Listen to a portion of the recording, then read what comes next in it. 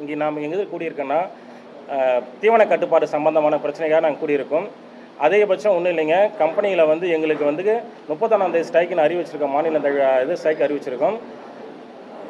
தீவனத்தோடு எங்களுக்கு கம்பெனியில் தீவனத்தோடு ஏற்றிட்டு இருக்காங்க. என்னென்னு பொதுமக்களுக்கு ஒரு சிலவங்களுக்கு புரியாது. தீவனம்னா என்ன, இவங்க 31ஆம் தேதி வந்து ஸ்ட்ரைக் அறிவிச்சிருக்காங்க, தீவனம்னா என்னன்னு சொல்லிட்டு ஒரு சில பொதுமக்களுக்கு தெரியாது. அந்த பொதுமக்களுக்கு புரிகிற மாதிரி கொஞ்சம் சொல்லிக்கிறேன். அதிகபட்சம் கம்பெனிங்க நாங்கள் கோழி ஏற்றும் போது அரசின் வழிகாட்டுதலின்படி 8 to 12 மணி நேரம் தீவனத்தை கட்டுப்படுத்தி எங்களுக்கு கோழி கொடுக்கணும்.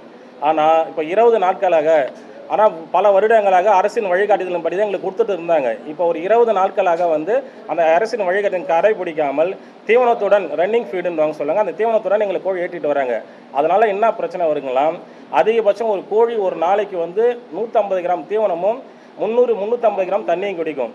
சராசரியாக ஒரு வளர்ந்த கோழி ஒரு நாளைக்கு 500 கிராம் ஃபுட்டு எடுத்துக்குது, தண்ணி தீவனத்தை எல்லாத்தையும் சேர்த்து.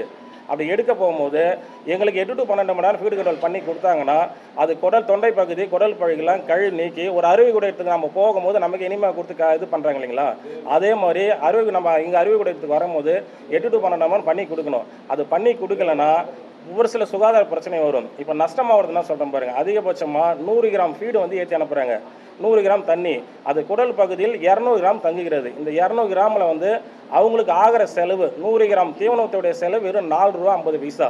4 ரூபா 50 பைசா செலவு பண்ணிவிட்டு பொதுமக்களாகிய உங்கள் இடத்துல வந்து எவ்வளோ உங்கள் தலையில் ரேட்டை வைக்கிறாங்கன்னு. இப்போ கோழி ரேட்டு ஏறதுக்கு காரணம் அதுதான். இப்போ 200 கிராம் சிக்கனுடைய ரேட்டு வந்து அதிகபட்சம் நீங்கள் 250 ரூபா விற்கிறேன்னா 50 ரூபா அதிகமாகுது. வெறும் 4 ரூபா தீவனத்தை போட்டுட்டு பேரும் கம்பெனி முதலாளிகள் அங்கே நம்ம பொதுமக்களுடைய ரேட்டை வந்து அதிகபட்சம் 50 ரூபா அவங்க தலையில் விற்கிறாங்க. இந்த மாதிரி 50 ரூபா விற்கக்கூடாது, அரசின் வழிகாட்டுதல் படி எங்களுக்கு தீவன கட்டுப்பாடு பண்ணி கொடுங்க அப்படின்னு நம்ம கேட்டதுக்கும் கவர்மெண்ட் சொன்னபடி ஸ்கேலிங் கேட்டதுக்கு அவங்க பெரும் முதலாளிகள் வந்து கம்பெனிக்காரங்களும் செவி சாய்க்கவில்லை. அதனால் நாங்கள் மாநில அளவில் எல்லாரும் ஒன்று சேர்ந்து, கேரளாவும் நாளைக்கு மீட்டிங் கொடுக்குறோம், எல்லாம் ஒன்று சேர்ந்து ஸ்ட்ரைக்கு 30ஆம் தேதி நாங்கள் அறிவிச்சிட்டோம். அதுக்கு நாங்கள் விழுப்புரம் மாவட்டத்தில் இருக்கிறவங்களும் ஒன்று சேர்ந்து அன்றைக்கி கடை அடைப்பு போகிறோம். ஒரு 1500 கடைங்க எங்கள்கிட்ட இருக்குது விழுப்புரம் மாவட்டத்தில். நாங்கள் எல்லாம் கடை அடைப்பு போகிற நடத்தி ஒன்று கம்பெனிகளுக்கு சுகாதாரமாக கோழியை கொடுங்க அப்படின்னு சொல்லிட்டு கம்பெனிகள்ட்ட நாங்கள் கேட்டுட்ருக்குறோம். அப்படி சப்போஸ் அவங்க நடக்காத பட்சத்தில் எங்கள் வண்டிங்களை பூரா ஒரு இடத்துல நிறுத்தி நாங்கள் எல்லாம் எதிர்ப்பை தெரிவிக்கணும்னு முடிவு பண்ணியிருக்கோம். எங்களோட நோக்கமே ஸ்ட்ரைக் பண்ணணுன்ற நோக்கம் கிடையாது. மக்களுக்கு வந்து சுகாதாரமான கோழியை கொடுக்கணும், கம்மியான விலையில் கொடுக்கணும் அப்படின்றதுக்காக கொடுத்துருக்கோம். அதிகபட்சம் இப்போலாம் ப்ரோட்டீன், ஒரு மனிதனுக்கு ப்ரோட்டீன் அத்தியாவசிய தேவையாக இருக்குது. அந்த ப்ரோட்டீன் வந்து சிக்கன்லேருந்து ஈஸியாக கிடைக்குது, சிக்கனில் தான் நல்லா கிடைக்கிட்டு இருக்கு, ஈஸியான சீப்பாக கிடைச்சிட்டு இருக்கு. அதில் போயிட்டு இந்த மாதிரி பண்ணுறாங்க கம்பெனிகளை. அதிகபட்சம் ஒரு 100 முதலாளிகள் சம்பாதிப்பதற்காக கோடிக்கணக்கான மக்கள் மத்தியில் அந்த ரேட்டை ஏற்றி மக்கள் மத்தியில் தான் இப்போ வெளியே பார்க்குறாங்க. அதுக்காக தமிழக அரசு வந்து இதை தலையிட்டு கவர்மெண்டில் கம்பெனிக்காரங்கிட்ட பேசி இந்த 31ஆம் ஸ்ட்ரைக்கு முன்னாடி எங்களை வாபஸ் வாங்க வச்சாலும் நாங்கள் வாபஸ் வாங்கிடுவோம். அப்படி இல்லாவிட்டால் காலவரை 31ஆம் தேதியிலேருந்து காலவரையற்ற கடையெடுப்பு போராட்டம் நடத்தலாம் நாங்கள் முடிவு பண்ணியிருக்கோம். கால்நடைத்துறையில் தான் வருது.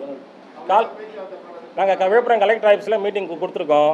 கலெக்டர் வந்து அவங்க பேசிட்டு சொல்கிறேன்னாங்க. அந்த மாதிரி ஜேடி அனிமல் டிபார்ட்மெண்ட்டு சென்னை தலைமை செயலர் கொடுத்துருக்குது.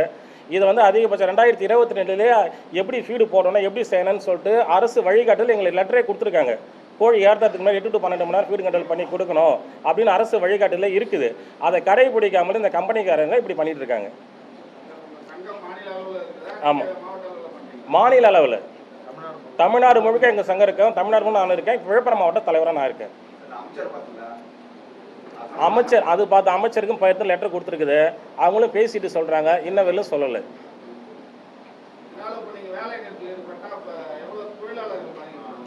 அதிகபட்சங்க ஒரு கடைக்கு 1000, விழுப்புரம் மாவட்டத்தில் மட்டும் மொத்தம் தமிழ்நாடு ஃபுல்லாக 60,000 கடைங்க இருக்காங்க. விழுப்புரம் மாவட்டத்தில் மட்டும் 1200 1500 கடைங்க இருக்காங்க.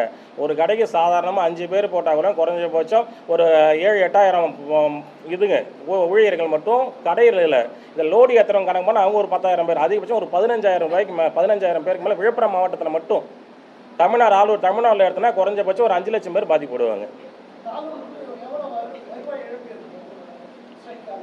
ஸ்ட்ரைக்கால் பார்த்தீங்கன்னா நம்ம மாவட்டத்தில் மட்டும் பார்த்தாலே குறைஞ்சபட்சம் ஒரு 4 உண்டு. கம்பெனிக்காரங்களுக்கு எவ்வளோ லாபம் வருதுன்னா 4 உண்டுக்கு இந்த தீவனம் போகிறதுனால 1,90,00,000 கம்பெனிக்காரங்க லாபம் ஏற்படுது அதிகமாக தீவனம் போட்டு ஏற்றுறதுனால.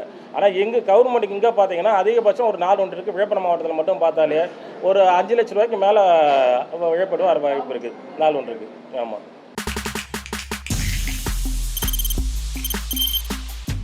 முடியாத தம்ப்நெயில்ஸ், கலக்கலான கண்டென்ட்ஸ், சினிமாவும் சீரியஸ் பிரச்சனைகளும், பல வருடங்கள் இடைவெளிக்கு பிறகு இந்த படத்துல ஒரு கலகலப்பும் கைகலப்பும். Me too, love you. Thank you so much. Mass ஏத்துறது போயிட்டே தான் இருக்காரே தவிர பிரேக்கே இல்லாமல் பிரேக்கிங் நியூஸ் சொல்லும் தந்தி டிவி ஆப். இன்ஸ்டா தலைமுறை வரை இறங்கி அடிக்கும் தந்தி டிவியின் டிஜிட்டல் எக்ஸ்க்ளூசிவ். அது தண்ணிக்குள்ள போகும்போது ஹேங் ஆயிடுச்சு. உங்களுக்கு விஜய் சார் எந்த அளவுக்கு ரொம்ப பிடிக்கும்? Of course, Malayalis are huge Vijay sir fans. ரெண்டு பேருமே ரொம்ப பிடிக்கும் எனக்கு. தந்தி டிவி ஆப்பை இலவசமா டவுன்லோட் செய்யுங்க. ஃபாலோ பண்ணுங்க, சப்ஸ்கிரைப் பண்ணுங்க, என்ஜாய் பண்ணுங்க.